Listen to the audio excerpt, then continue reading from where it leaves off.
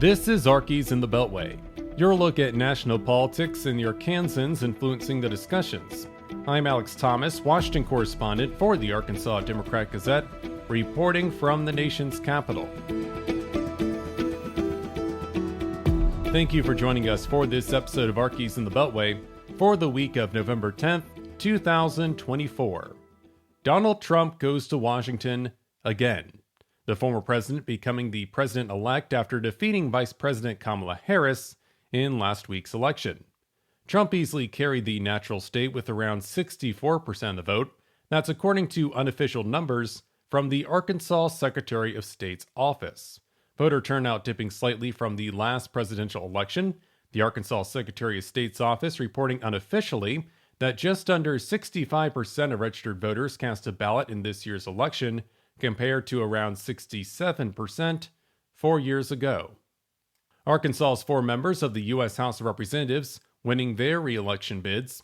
Representative Rick Crawford of Jonesboro getting nearly 73% of the unofficial vote in his quest for another 2 years representing Arkansas's 1st District.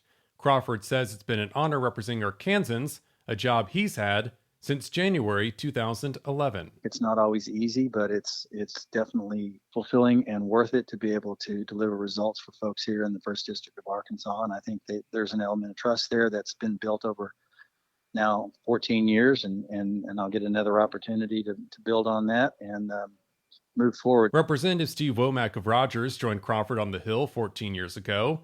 Womack winning his race with nearly 64% of the unofficial tally. Representatives French Hill of Little Rock and Bruce Westerman of Hot Springs began their congressional careers in January 2015.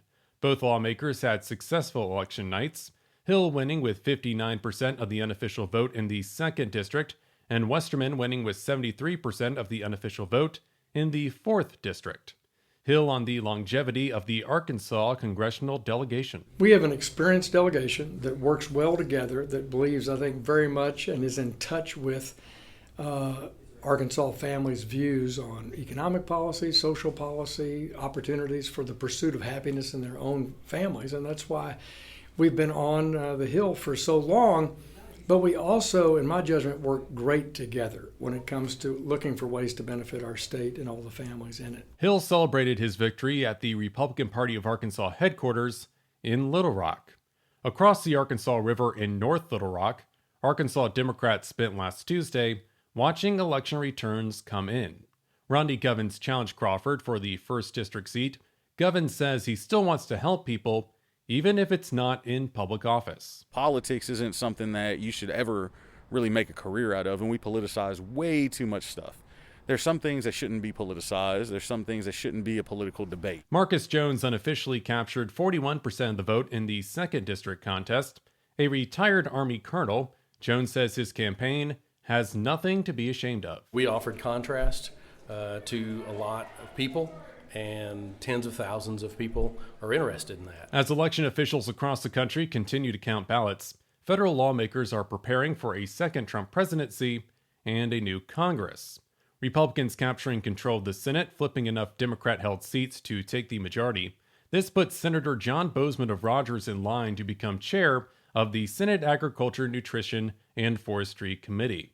Boozman currently serves as the panel's top Republican member under Michigan Democrat Debbie Stabenow. Boozman, Stabenow, and other agriculture leaders have spent October working on a new farm bill, a sweeping legislative measure authorizing nutrition, rural development, and agriculture programs. Congress did not pass a bill replacing the most recent 2018 statute before departing Capitol Hill for the election break. Speaking to the Democrat-Gazette in September, Boozman said lawmakers need to provide relief to farmers before Congress ends its work for the year. He added, trying to get a new farm bill done in a new Congress will not be any easier than trying to get one done before the holidays. We're still going to need significant dollars. We're still going to have to work together to get it done. Senator Stabenow is working in good faith, and everybody's working in good faith. As for Arkansas's junior senator, Tom Cotton of Little Rock is keeping his eyes on the Senate Republican leadership team.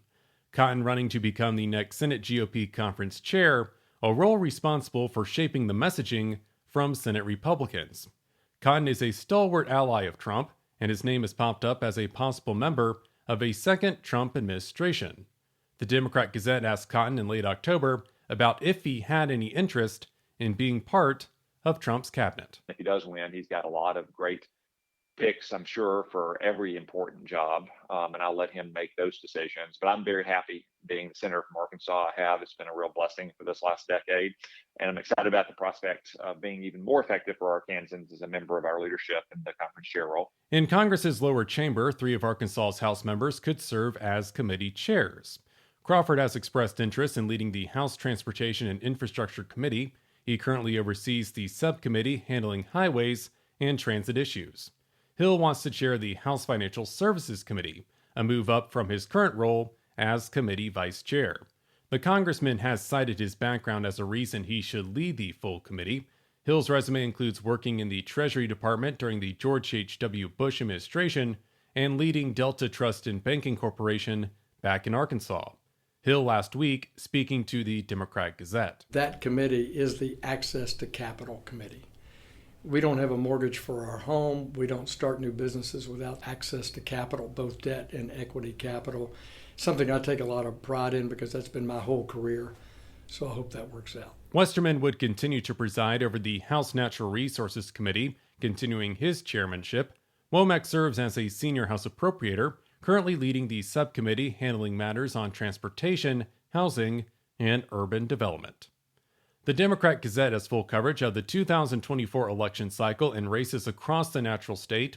You can check out reporting from the Democrat-Gazette's politics team over at arkansasonline.com. And that'll do it for this edition of Arkies in the Beltway for the week of November 10th, 2024. You can stay up to date with all news involving Arkansas at arkansasonline.com. You can get in touch with me on social media. My handle is at Alex House Thomas. Special thanks, as always, to the team down in Little Rock. I'm Alex Thomas, and this has been Arkies in the Beltway. Thanks for listening.